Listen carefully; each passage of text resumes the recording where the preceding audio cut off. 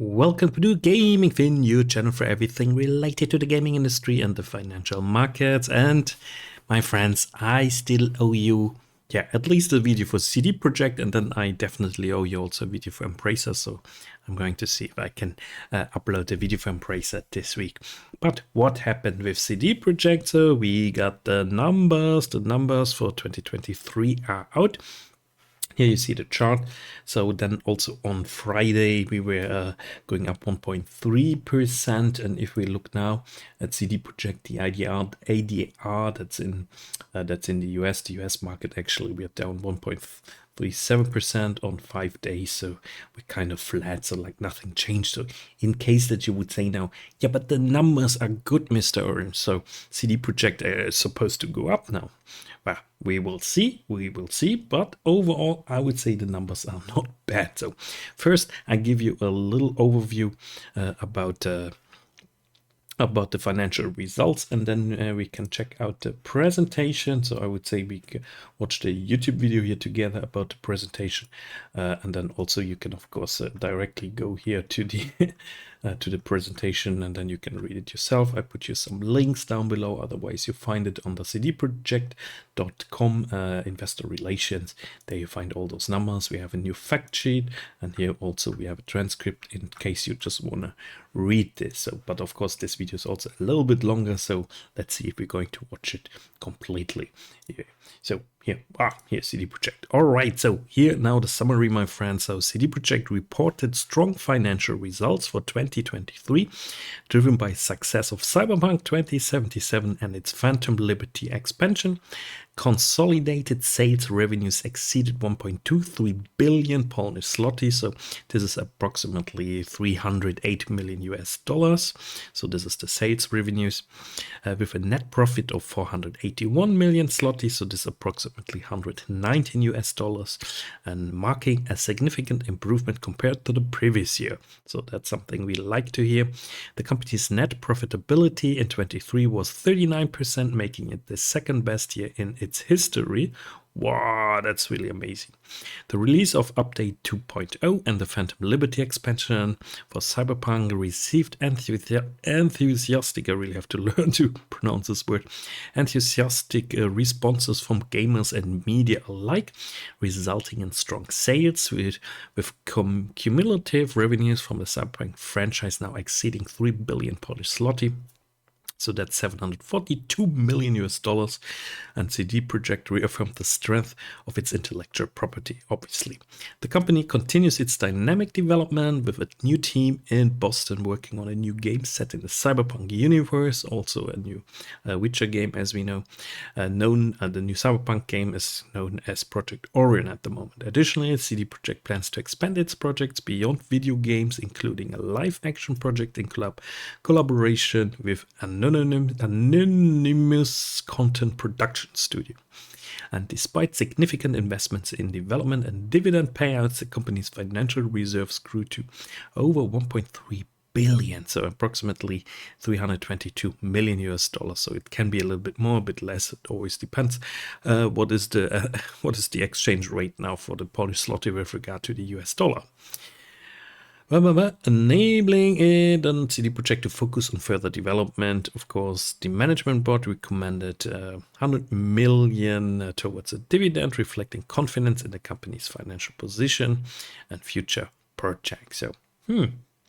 So Tuesday, tomorrow, stock market in Poland is going to open again. So the question is, what are we going to see? Here is also the Bazinga article. This is one of the most profitable video game makers you've probably never heard of. So how it made 120 million in net profit last year, we never heard of. So seriously, CD Projekt, you never heard of. I mean, how many videos did I make about this? But of course, this is an American page. So also they are referring here to the OTGLI. So this is the CD Projekt ADR that people buy in the US. So I'm not going to read this because I would say we're jumping directly now to the presentation. So if you're fine, my friends, with the information I gave you now, I can also conclude immediately because I know that's something a lot of my viewers want to know. So no financial advice, YouTuber, retail investor, and from infotainment. Yeah, infotainment. Make your own research. Wow, the question is, are we really? Is this news now? I mean, it's not bad. It's not bad. If this allows us now actually to stay over the 110 zlotys, then we can definitely move slowly up now. But this could also be a short-term bummer.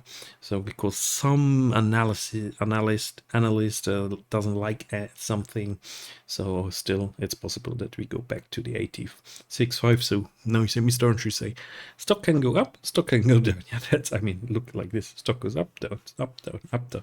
Over the long term, I think it's very interesting over the long term. Actually, I like those numbers, the earnings. So I'm over the long term, I'm much more bullish. So I think I'm going to place a new order to average also a little bit more down my CD Projekt stocks and to buy some more, because from all my gaming companies I'm invested in, CD Projekt Red is still one of my most favorite ones. So, but hey guys, don't do this. This is no financial advice. My name is Michał Nowakowski, and today marks my first time as joint CEO hosting the CD Projekt Group's annual earnings call. I will be co-presenting with Piotr Nielubowicz. Following our presentation, we invite you to participate in a Q&A session where we will be joined by Adam Kiciński. Without a doubt, the highlight of last year was the release of Cyberpunk 2077, Make it a bit faster. Phantom Liberty. The launch of the expansion, along with significant changes brought to the base game by Update 2.0, resulted in a relaunch effect, generating interest comparable to other major titles debuting in 2023. The expansion was enthusiastically received by gamers as well as critics, with rave reviews and multiple industry awards, including 2 Golden Joysticks for Best Expansion and Best Trailer. In terms of sales performance, we've already had the pleasure to announce that Phantom Liberty sales had topped 5 million copies in 2023. Achieving such a major milestone in such a short window proves the game's quality and the strength of the Cyberpunk franchise. Towards the end of the year, we also released Cyberpunk 2077 Ultimate Edition. The bundle includes the base game, the Phantom Liberty expansion, and all updates and 3 DLCs released to date. It offers a way for players to experience the best Night City has to offer. Cyberpunk 2077 Ultimate Edition is available digitally and physically for current generation consoles and PCs. Now let me give you a peek at the bigger picture. By 2023, Cyberpunk 2077 sales had already surpassed 2.2 billion PLN in revenues. The game continued to attract gamers' interest, held by regular updates and franchise flywheel activities, including Cyberpunk Edgerunners, the Netflix anime series. Last year, owing to the successful release of Phantom Liberty, Cyberpunk 2077 further raised the revenue bar to 3 billion PLN. We are confident in the strength of our product. Supported by the... It's really good. I really like this, guys. I really like it. Franchise flywheel, we expect it to generate solid revenue flows for years to come, solidifying its status as a long seller. And while we're on the topic of a franchise flywheel, I'd like to remind you that last year we initiated collaboration with Anonymous Content, a global media production company. Together, we will work on a live-action project set in the immersive world of Cyberpunk. Having summarized the main events of 2023, let us now turn to the future. It's time to give you an update on where we stand with each of our upcoming projects. Let's begin with the Witcher franchise. Polaris will kickstart a new trilogy, expanding the universe presented in past Witcher games. At the moment, this is our most developed project. Although we're still in the pre-production stage, our plan is to begin production in the second half of the year. Next, we have Sirius, the game developed by the Molasses Squad in Boston, with support from our developers. Last year, we defined a new framework for this project, which is why Sirius is currently in the early pre-production phase. The last project from the Witcher franchise, codenamed Canis Majoris, is a remake of the first Witcher game. It is being developed by the Fool's Theory studio under the supervision of CD Projekt Red. Work on this iconic game is now at the conceptual stage. It's worth noting that the title will be built from the ground up using Unreal Engine 5, and that it will use the toolset we have been developing for Polaris. Moving on to Cyberpunk franchise, as you may already know, Orion is the codename for the sequel to Cyberpunk 2077. In the fourth quarter of 2023, we opened a hub in Boston and kicked off work on the game. It is currently at a conceptual phase, supervised by seasoned studio veterans previously involved in development of Cyberpunk 2077 and Phantom Liberty expansion. Notably, this February, we announced that the Boston Hub would be hiring accomplished game industry professionals with experience in developing top-of-the-line AAA projects. And last but not least, let's shed more light on our third IP, Hader. At the moment of publication of our strategy update in late 2022, we had a small strike team laying the foundation for this new IP. This work is steadily progressing, and the team is getting bigger. We are currently exploring key pillars of the game, and the IP is in the conceptual phase. We're really excited about what's coming up. Since I've just updated you on our projects, let me now briefly walk you through the current engagement of our dev teams. Compared to our previous update provided in November, the team responsible for maintenance of Cyberpunk 2077 and Phantom Liberty has shrunk, with developers being... That's actually very interesting. So Cyberpunk, this chapter now for 2077, that's kind of over. So they really moved on reassigned to other to projects new games following the release of Phantom Liberty and Update 2.0. The Polaris team, on the other hand, has grown to over 400 developers, reaching its target size for entering the production phase. This is scheduled for the second half of the year. As for the Sirius team, it has not changed in size compared to the last update. We are also introducing new categories for Orion and Hader, as these projects are growing, along with the number of developers involved. In addition, a completely new group of developers has appeared on the chart, under the Shared Services label. These are central teams, which become involved in various projects at different stages of production. They are not fully embedded in any particular project. Instead, they provide additional capabilities which can be shared among red teams. They can handle tasks such as localization, UX, and QA, as well as development of essential tools and technologies.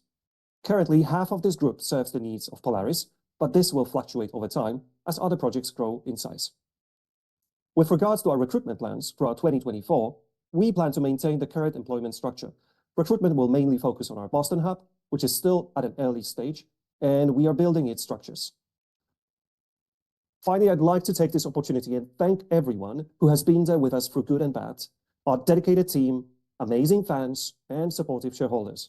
Your support means the world to us. Now, let's move on to the financials. I'll hand it over to Piotr. The floor is yours. Thank you. Thank you, Michał.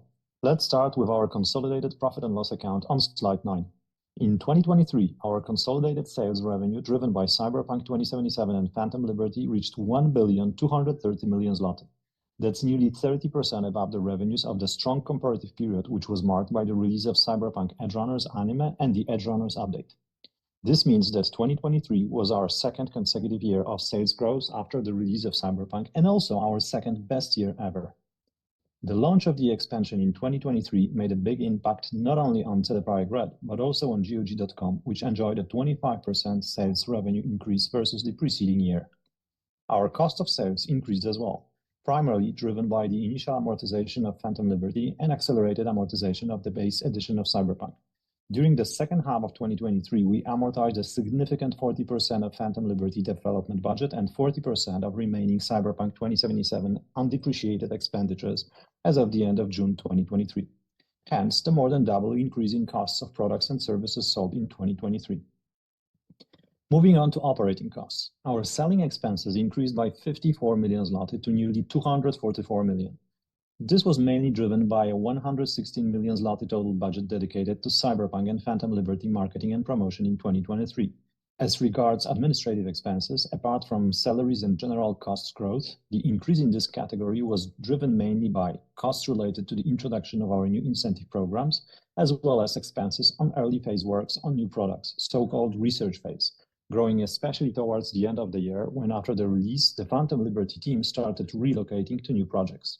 Moving further to other operating income and expenses, the positive balance of nearly 30 million zloty was supported by the partial reversal and partial write-off of our development expenditures related to Project Sirius. As discussed during our Q1 call, all in all, serious impairment adjustments improved our EBIT for this year by nearly 19 million zloty. This year's results were further supported by financial operations. The reported surplus here at 69 million zloty came from usual drivers such as interest from deposits and T-bonds, but also from bookings related to the merger of CD Projekt with Spoko. As discussed during our call dedicated to Q3 results, we included Spoko's current year costs and revenues in CD Projekt's 2023 profit and loss statement. This decreased our 2023 results by approximately 3 million zloty.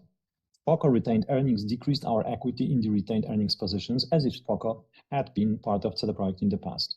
We also included Spoko's assets and liabilities among CD Projekt's assets and liabilities. Naturally, all transactions between Spoko and CD Projekt were eliminated bookwise. And therefore, as we recorded Spoko's assets and liabilities as well as current and historic negative results in our books, we also reversed the historic write-down of Spoko shares in the amount of 27 million zloty, which is part of the discussed financial income line item. Moving further to our income tax. Although the absolute tax amount in 2023 was higher than in 2022, it was actually proportionally lower when compared to the gross result before taxation. The effective tax rate in 2023 was slightly below 11%, mainly thanks to the application of the IP box tax regime. All in all, our net profit for 2023 amounted to 481 million zloty, 39% more than what we achieved in the very solid comparative period. Net profitability of the CD Projekt Red segment exceeded 45%, while for GOG this factor was close to 4.5%. I always like to take a long-term perspective of our results. Please take a moment to look at the chart on the next page, which illustrates.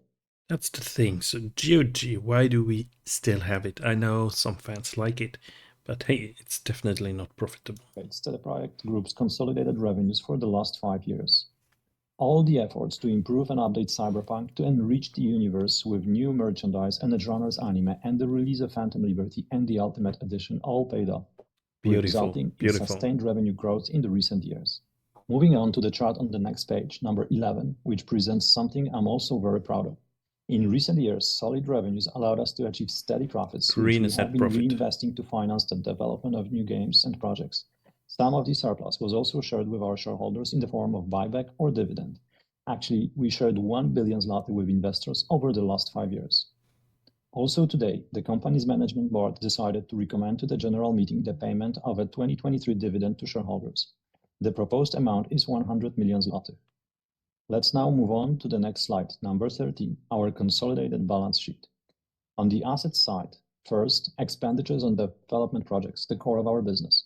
The balance here increased by 52 million zloty in 2023. This was mainly due to our works on Phantom Liberty, Polaris, and Sirius.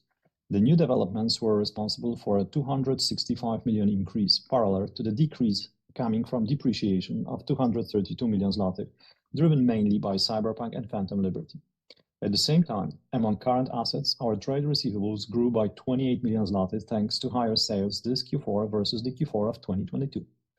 And last but not least, overall, the most significant increase on the balance sheet is the total value of cash, deposits, and treasury bonds, which are included in the 3 asset items marked with an asterisk. The total is summed up under the table and amounts to 1,309 million zloty as of the end of December 2023. I will have a cash flow dedicated slide to give some more insight on our main cash flow drivers last year. Moving forward to the second part of the balance sheet, slide 14. Despite paying the dividend, our equity increased driven mainly by the profits of the current reporting period up to 2.4 billion zloty. At the same time, our total liabilities decreased by 35 million zloty. The decrease was distributed quite evenly between the 3 subcategories presented in the table. Now, please move on to the next slide, number 15. CD Projekt Red's expenditures on research, development, and service of released games, presented here annually since 2021. Over the time, we've limited our involvement in servicing our games, shown in yellow, and shifted towards development of new games, painted blue. At the end of 2023, we also accelerated research works on new projects, among others Orion, Canis Majoris, and Hader, included in the green slice. We expect this category to grow further in 2024. And finally, our simplified cash flow on slide 16. Cash-wise, the 481 million zloty in net book profit was supported by 245 million zloty in depreciation and amortization for the period. At the same time, cash-wise, we invested nearly 273 million zloty in the development of new games and technologies. During the reporting period, we also invested 58 million zloty into tangible and intangible assets, mainly into servers, network infrastructure, and developer workstations, but also in construction works on the CD Projekt campus in Warsaw, aimed at its further adaptation to our specific game development needs. Another 58 million zloty comes from the change in receivables, liabilities, and provisions. As it was visible in the balance sheet slide, we experienced a rare situation of growing receivables and decreasing liabilities. This should support our 2024 cash flows, but as far as 2023 is concerned, this change was accountable for nearly 58 million zloty cash decrease. During 2023, we also paid out a dividend of almost 100 million zloty. After all, our financial reserves, kept in cash, bank deposits, and T-bonds, increased by 218 million zloty over the reporting period, reaching 1.3 billion zloty. That's all from me for now. We can now move on to the Q&A session. Thank you. Thank you very much, sir. Ladies and gentlemen, if you'd like to ask a question, please press star one on your telephone keypad. Please make sure your mute function is not activated in order to let your signal reach your equipment. So that's star one if you wish to ask a question. Our first question today is coming from Nick Dempsey, calling from Barclays. Please go ahead, sir. Your line is open. Yeah, good evening, guys. I've got two questions, please. The first one, have you considered licensing either of your big IPs to third parties to make mobile games? Mobile hasn't really been a big feature of your development internally. So is that something that we could perhaps expect a one-off licensing fee at some point for that kind of project? And the second question is, when we're thinking about expenditure on development projects in 2024, can we assume that the Boston project that you referred to here is going to lead to a notable step up in the line there, or just a small step up? Good question. Hello. Hi, Nick. So I'm going to take the first one for sure, the licensing of the IPs to make mobile games. So the answer is pretty simple here. The answer is yes, we are considering such move. And in fact, we were pursuing through conversations, opportunities like that. We have nothing to announce just yet, but when the time comes, we would. And as of, a one-off or other business model, related to any such potential partnership, we would not comment on the specifics here, to be honest. Plus, there is nothing in place that we are talking about. So, but there's no like pre-designed, maybe I'll frame it like that. There's no pre-designed business model we're looking at in this case, whether one-off or some shared profits, that's not the story. But when the time comes, we'll definitely share information. Thank you, Mr. Dempsey. Our next question is coming from Alex. There was one more question regarding the Boston project. Robert's Very got sorry, it. sir. Please go ahead, sir. Yeah, I assume the question was related to the new team that we started in Boston that is working on the Orion project. So comparing this for 2024 to 2023, yes, we will see an increase of people, an increase of investments going there. As in 2023, the team was not existent. Still, the project is planned to be in the research phase, as it was mentioned by Michał during the first part of the call. Okay.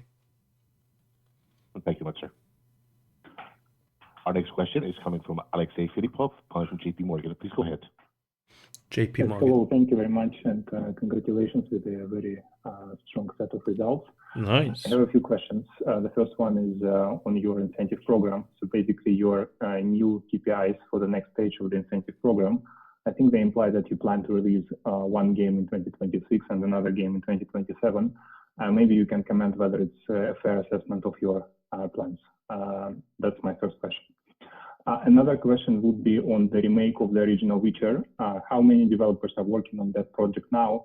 And maybe you could talk about the amount of work needed to be done for that project, given it is a remake and not a standard game.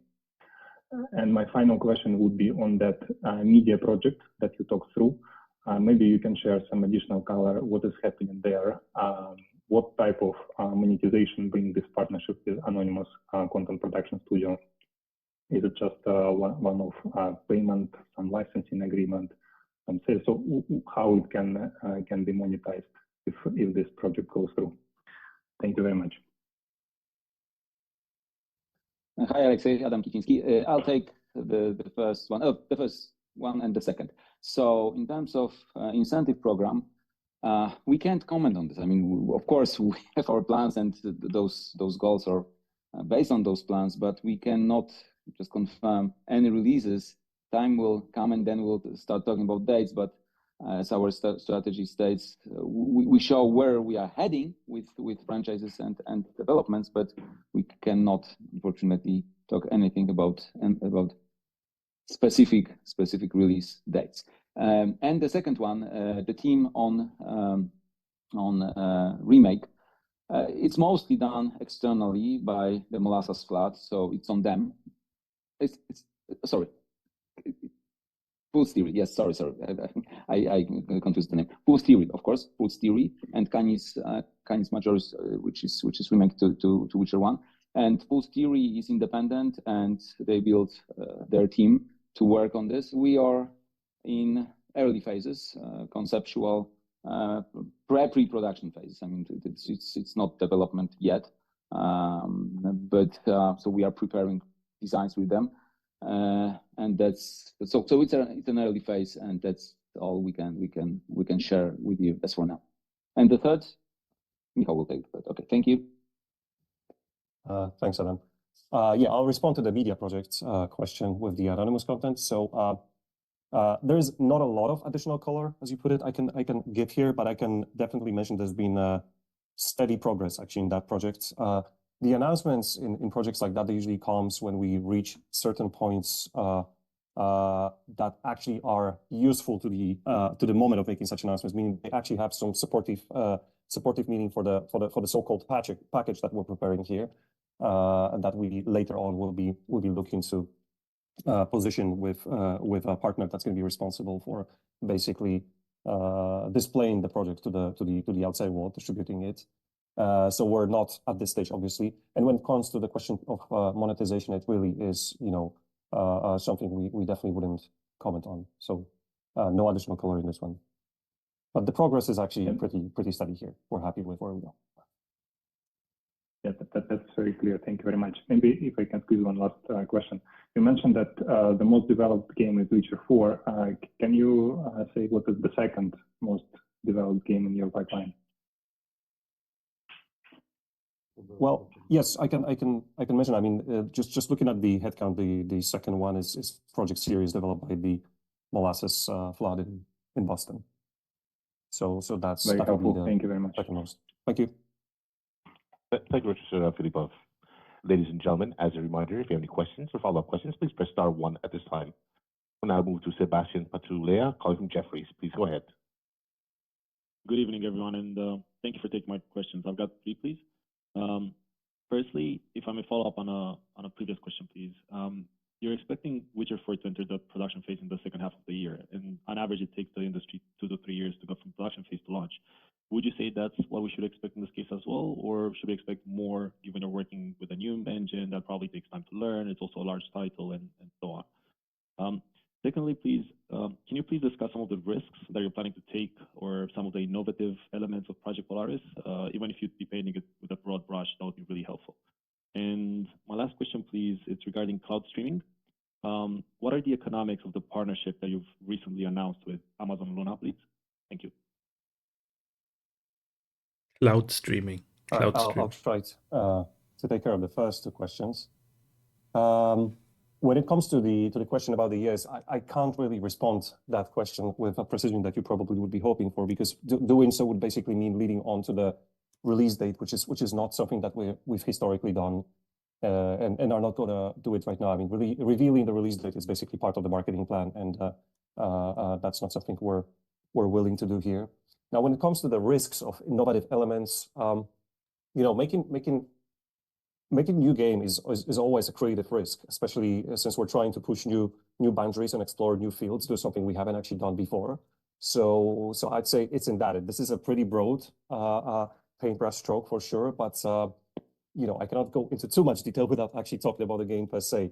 But basically, I guess what I'm saying is you should not be expecting just Witcher 3 in new clothing of sorts. I mean, it's actually, of course, we're building on the shoulders of what was done before and on the learnings of what was done before, but we will be adding new things, new elements, new gameplay elements, new mechanics that you have not seen in our previous games so far. And I'd say doing those new things is always a risk. It's not just repeating what was done before.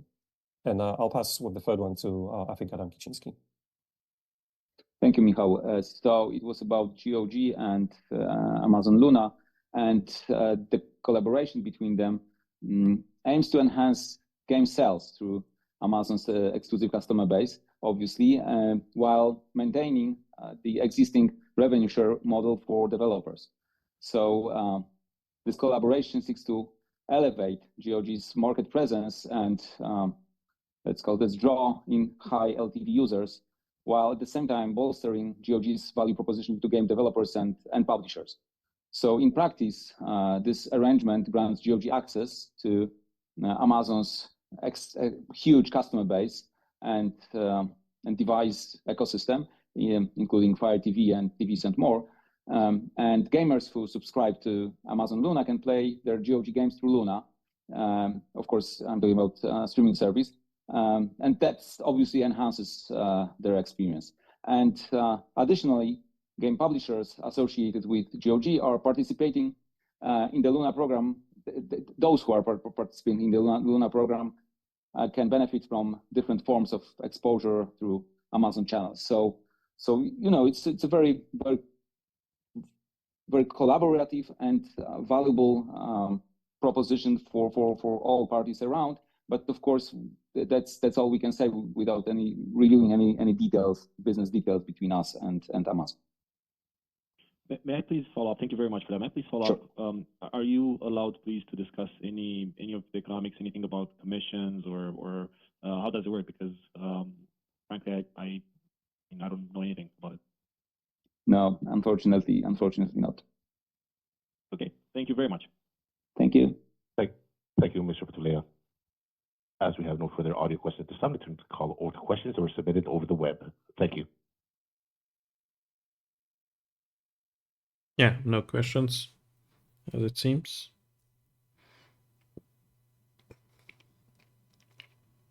We will now be taking our web questions. Okay, come on. What I like that this guy from JP Morgan actually liked those results. So the first question comes from Piotr Zielonka, Santander Bank. Congratulations on the results. My question relates to cost outlook for 2024, especially employment level. You have above 600 game devs and around 1,200, 1,300 total employment level. Do you think you could still optimize employment, especially in ex-game devs departments, despite 10% layoffs already announced last year? Adam, you volunteered. Yeah, I can take it. I'm not pretty sure what kind of optimizing employment the question is referring to, but I would say that we are, as for now, very well tuned for the phases our projects are in. So for this year, we feel good, and I would expect kind of flat year in terms of the size of the teams. Of course, with some exceptions, of course, Boston team is growing, but generally overall within the group, I would expect fairly flat year in terms of the size of the team. And that's it, because I thought that was a question about cost, but not. Yeah, that's it. Thank you very much. Okay, the second question comes from Piotr Zielonka. Again, any update on AI initiatives on how they could impact employment? That's good.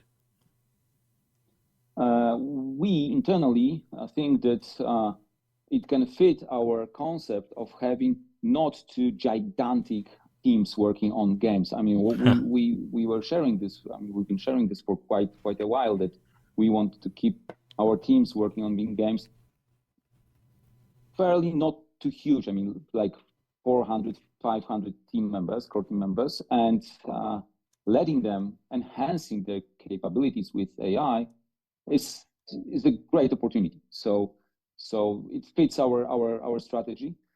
So that's something we can say. We are not expecting any cost cutting in terms of cost cutting. Sorry, in terms of shrinking any teams because of the AI. This was a very good question. Okay, the third question comes from Piotr Poniatowski, mBank. Is just 17 developers working on Cyberpunk 2077 enough for support of the game? Also good question. Adam Kiciński again. Yes, it's enough. It's definitely enough. We are finally, since last year, very happy with the state of the game, both the base game and Phantom Liberty from the very beginning, actually. And we think that this team is enough. It might even shrink a bit because, as for now, at least we're not planning any further big updates. But of course, we are still looking at this game, and things one day might change. But that's as for now, 17 is enough. Awesome answer. Well, we're not getting a VR version, most probably. an official one.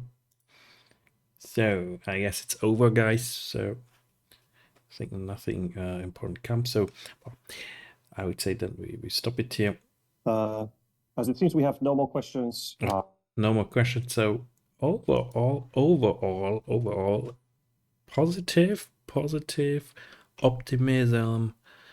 The big banks optimism, that's very important. So one or another bigger investor might come back in, and this could actually also trigger a little new upward trend for the overall Polish gaming industry, but also for the European gaming industry in general. The question is really, I don't know if we're going to see tomorrow already on Tuesday here in Warsaw a little bounce. Because when we look now here in the US, yeah, we're closing now at equal, so nothing changed really.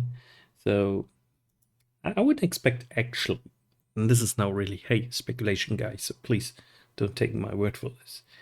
I think we were really trading now sideways since May 2022. So 2 years later, we are now 2 years later. So it's very much possible that we're going to have a little bounce soon. It's very much possible, but hey, don't take my word for it.